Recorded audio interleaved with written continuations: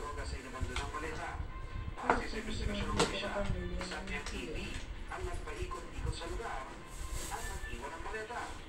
Posibleng may katransaksyon umano ang sasakyan sa lugar pero naunahan ng gwardiya at ng mga autoridad. Patuloy ang investigasyon. Ang 16 na milyong piso halaga naman ng munang droga ang nadiskubring nakasilid sa mga parcel sa Central Bill Exchange Center sa Pasay City. Kabilang dito ang 3,000 gramo ng munang ketamine at mahigit 800 gramo ng kush. Ayon sa Bureau of Customs, wala unang kumuha ng parcel at tila nabandona na. I-turn over na sa PIDEA ang mga droga. Sagot mo naman, aabot sa halos 100,000 piso ng shabu ang nasa bag sa bentahan sa labas ng bahay ng isang suspect. Ayon sa otoridad, pagpagkakwa na bentahan at tungkol daw nila naman ng suspect.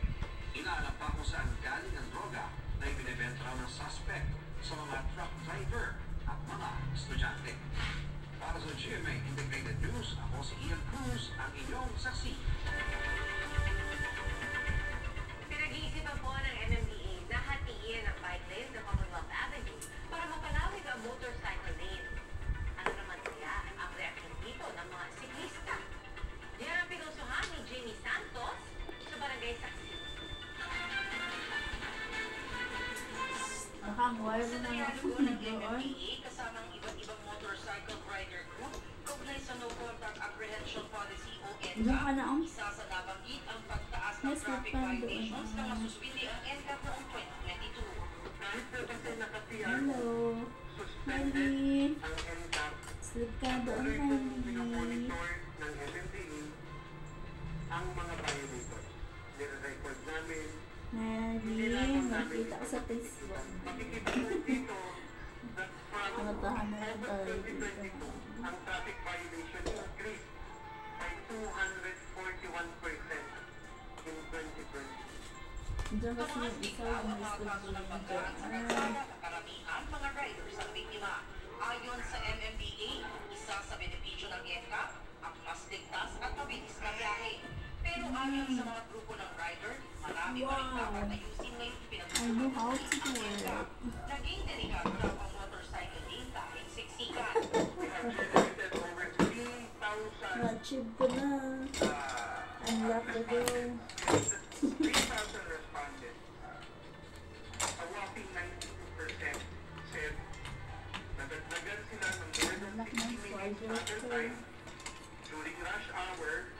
Tinitignan ng MMDA ang posibilidad na palawigin ang motorcycle lane sa Commonwealth Avenue sa pamamagitan ng paghati sa kasalukuyang bike lane. Pero kailangan daw ikonsulta muna ito sa lokal na pamahalaan ng Quezon City, Department of Transportation at mga cyclist group. Kaya naman pinunsuhan namin ang mga siklistang halos araw-araw dumadaan sa bike lane. Kung plano ng hatiin ang bike lane sa mga siklista at rider, suhestyon ng isa. Walang ganyan. Tanggalin lang yan na yan. Ito. Kasi, awa, lakay lang yung pakailan. Kasi pag ito, masikip eh. So, kawawan man kayo. Sabi naman ng isa, paglatag muna ng mga patakaran. I-implement nila, sana,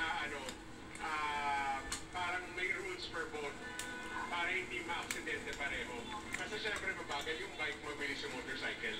Hindi naman pabor sa Oh, porsyone Lisa. at mas maraming siklistang nakausap ko. So, hindi naman sila sariling daan.